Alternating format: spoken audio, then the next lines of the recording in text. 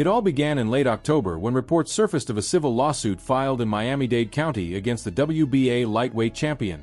The accusations were heavy: battery, false imprisonment, and intentional infliction of emotional distress.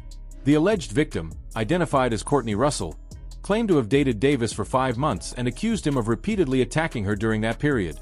According to the lawsuit, the most recent incident took place at a Miami nightclub, just weeks before Davis was set to step into the ring with Jake Paul on November 14th. For fans, it was déjà vu. Gervonta Davis's career has long been marked by brilliance inside the ring and turbulence outside it. His power, precision, and explosive knockouts have made him one of the most feared fighters in boxing, but his offering behavior continues to haunt him like a shadow that refuses to fade.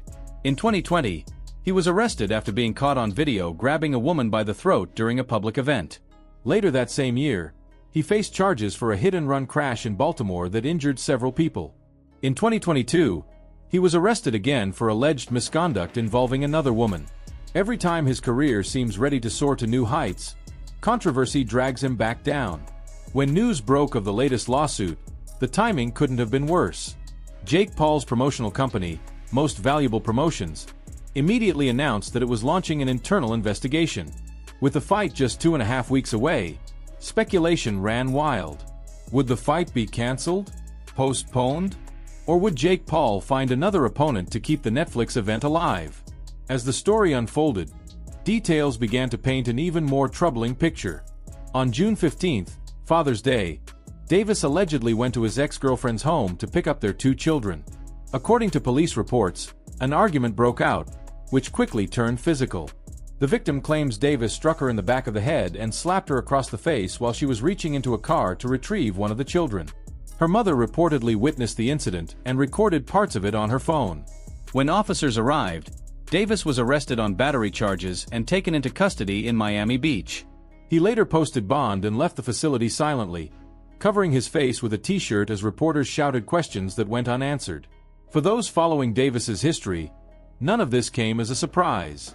Some boxing insiders went as far as to call this a typical tank rollout, a grim phrase reflecting the recurring cycle of scandal that seems to accompany his training camps. Every major fight, they say, is preceded by controversy. Whether it's a public argument, a domestic incident, or a viral video, drama always finds its way into his headlines. Critics claim these patterns show a lack of accountability and self-control. Supporters, however, argue that Tank is constantly targeted and misunderstood, suggesting that not all the allegations against him are as clear-cut as they seem. Even so, the optics are disastrous. As the investigation gains traction, boxing icons and commentators have begun weighing in. Conor Benn, another well-known fighter, didn't hold back.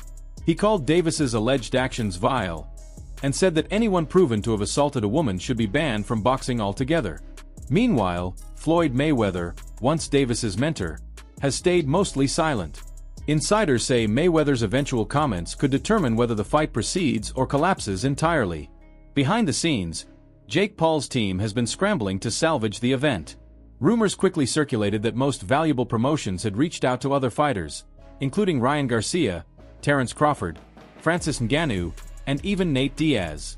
Of course, most of these options fell apart almost immediately.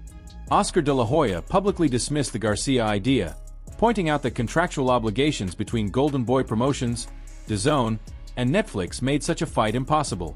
Crawford seemed uninterested. Diaz had already fought Paul, and Ngannou called the whole thing silly. With every alternative fading, the likelihood of the event being delayed grew stronger by the day. As of early November, industry reporters revealed that Netflix had quietly begun considering backup dates in December, possibly the 12th or 19th.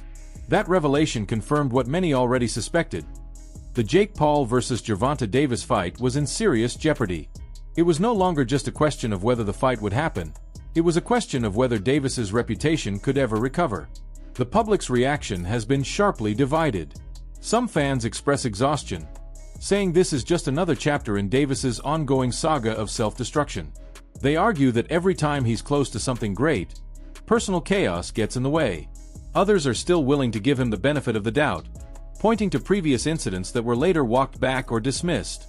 His ex-girlfriend, for instance, once recanted statements she made after an earlier arrest, saying she had exaggerated the situation. That inconsistency has made people question the reliability of the current accusations. Still, for many, the sheer repetition of these events raises serious concerns. What makes this situation even more volatile is how it intersects with the sport's moral fabric. Boxing has long battled with the question of how to handle athletes accused of serious crimes. Fans are forced to choose between admiring a fighter's skill and condemning their behavior.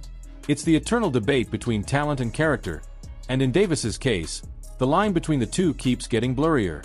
Yet, through all the turmoil, one truth remains. Gervonta Davis is still a massive draw.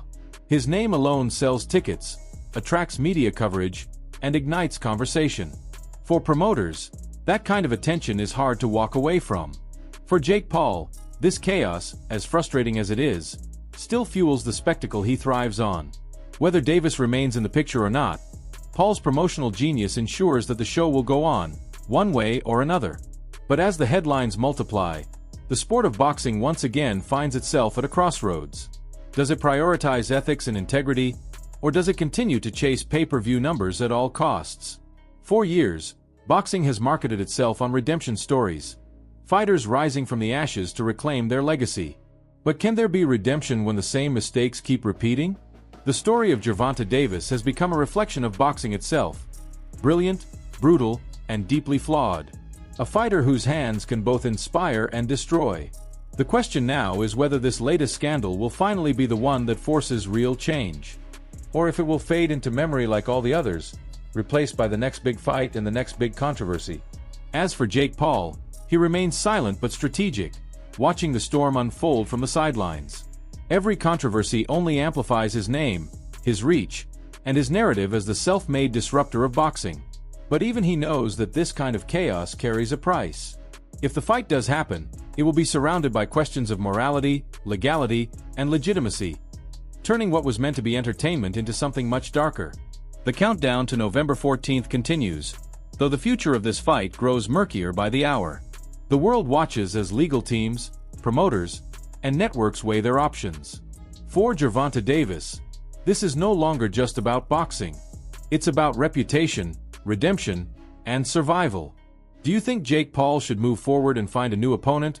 Or should the fight be postponed until the truth comes out? Should boxing continue giving second chances to fighters with repeated legal troubles? Or is it time to draw the line? Share your thoughts below, and don't forget to like, subscribe, and hit the notification bell for more deep dives into the biggest stories shaking up the world of combat sports.